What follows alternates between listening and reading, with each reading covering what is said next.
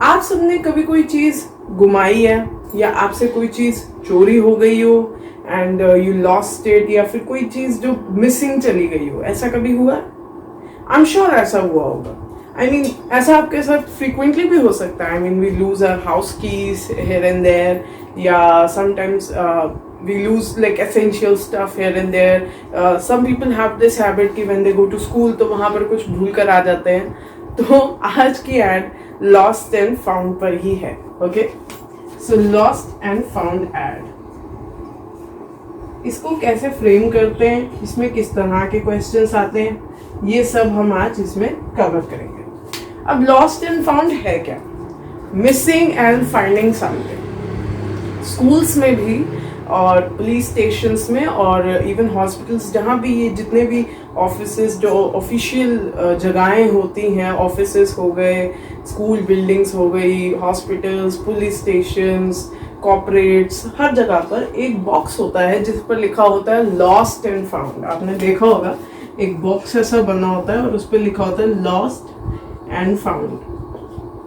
तो उसमें क्या होता है कि जैसे कोई चीज आपने छोड़ दी पीछे अपने ऑफिस में, कुछ आप भूल गए, तो जो भी उसको पाएगा वो उस बॉक्स में डाल देगा because it doesn't belong to him. या कोई चीज गुम गई है तो it is like if you feel like I lost something, तो you can check out this counter. आप जो इस काउंटर को हेड कर रहा होगा, हैंडल कर रहा होगा, वो बंदा बता देगा कि हाँ इसमें ऐसी कोई चीज आई है या नहीं। ओके, तो लॉस्ट एंड फाउंड एड क्या है? जैसे आपको कोई चीज मिली, suppose you found a bag, ठीक है, समवेयर, तो you can write about that bag कि वो इस तरह का है, वो ऐसा दिखता है, मुझे यहाँ मिला है, ठीक है।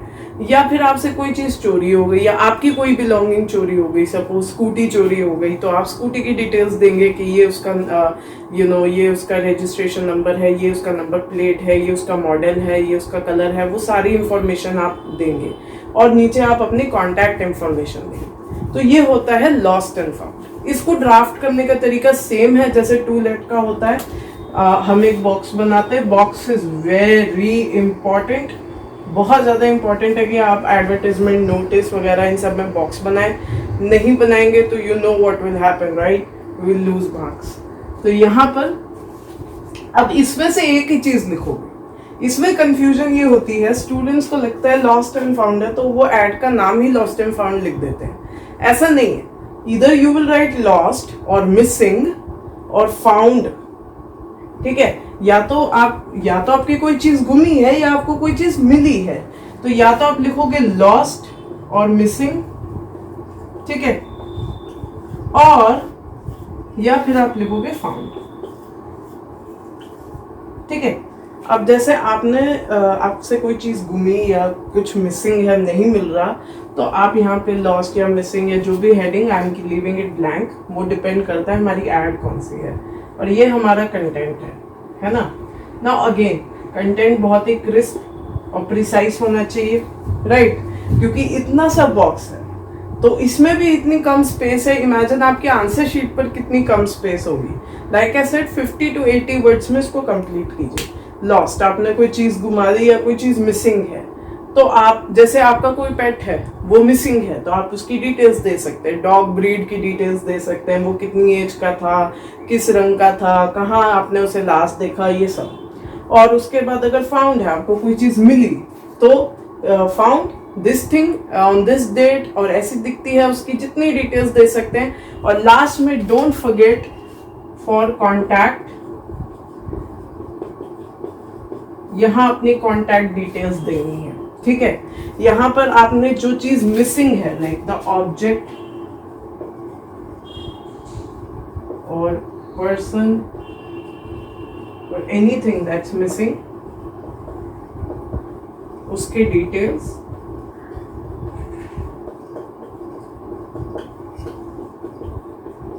एंड लास्ट में वेरी इंपॉर्टेंट कॉन्टैक्ट इंफॉर्मेशन, कि अगर हम वो चीज आपको मिली है और ओनर वो चीज लेना चाहता है तो कहाँ से कलेक्ट करेगा, राइट? तो आपको अपनी कॉन्टैक्ट इंफॉर्मेशन यहाँ नीचे देनी है। यहाँ आप ये नहीं लिख सकते for more details contact me, no, my contact information, then just give your number, okay.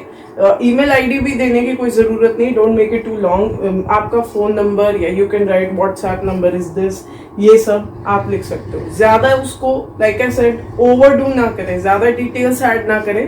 This is a very normal advertisement, right. इसमें कुछ ऑफिशियल इतना समझने के लिए नहीं। It's not like you giving an advertisement for a school vacancy या कुछ बहुत ऑफिशियल नहीं है, बहुत सिंपल एड है। इसमें कुछ it's just like to let only, वैसा ही है, बहुत सिंपल है।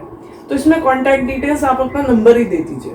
और yes, one more important tip, please अपना पर्सनल नंबर मत लिख देना एड में। जो आपका रियल नंबर है वो मत लिख देना। Makeup any number that you want, 0 1 2 3 what ever, but just don't write your number in the contact details, ठीक है। जस्ट द वे हम लेटर कर रहे थे, तो लेटर में भी सेंडर्स और रिसीवर्स एड्रेस में आप खुद का एड्रेस डाल दें, उसका कोई मतलब नहीं है। मेकअप एड्रेस डालिए, यहाँ पर भी मेक बिलीव नंबर बना दीजिए फेक, और वो यहाँ पे पुटिंग कीजिए। This is a very important tip. दूसरी बात, फ्रेमिंग, फॉर्मेटिंग। आंसर शीट में कैसे लिखना है, बहुत इजी है।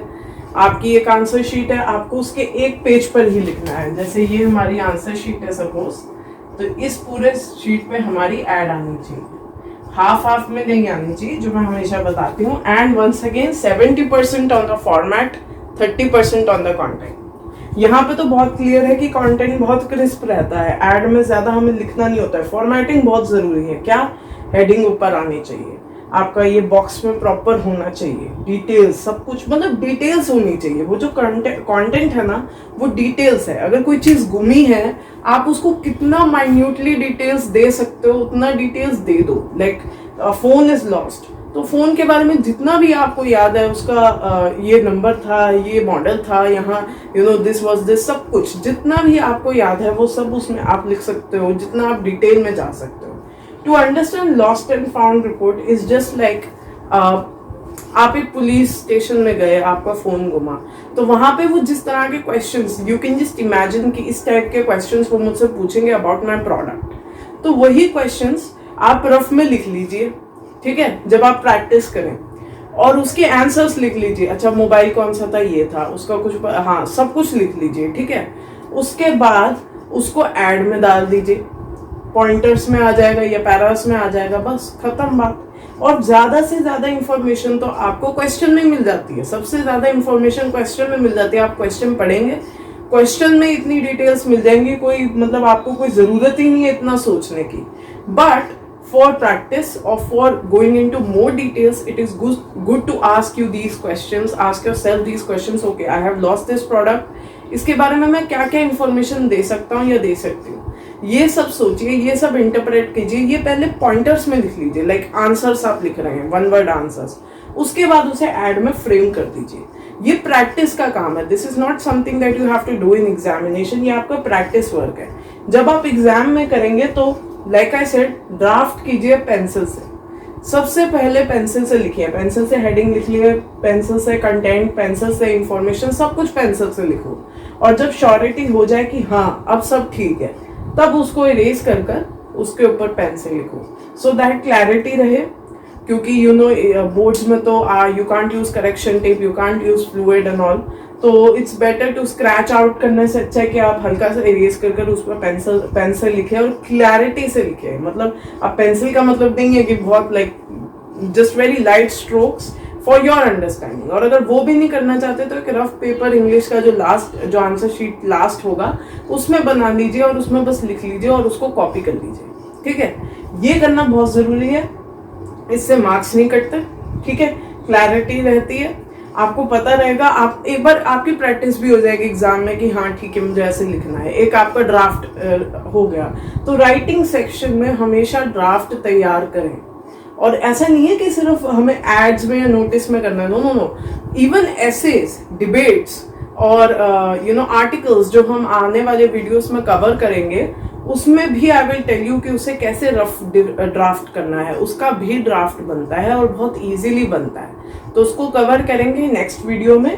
तब तक आज हमने ये सीखा है लॉस्ट एंड फाउंड, और इससे पहले जितना भी informal, formal letter, advertisements, types of advertisements, जो भी हमने अभी तक किया है उसे प्रैक्टिस करते रहें। और you know just keep practicing, you will get better at it. कोई कंफ्यूजन्स है, कोई क्वेश्चंस है, post it down in the comments. I will get back to you. Stay tuned, keep watching and happy learning.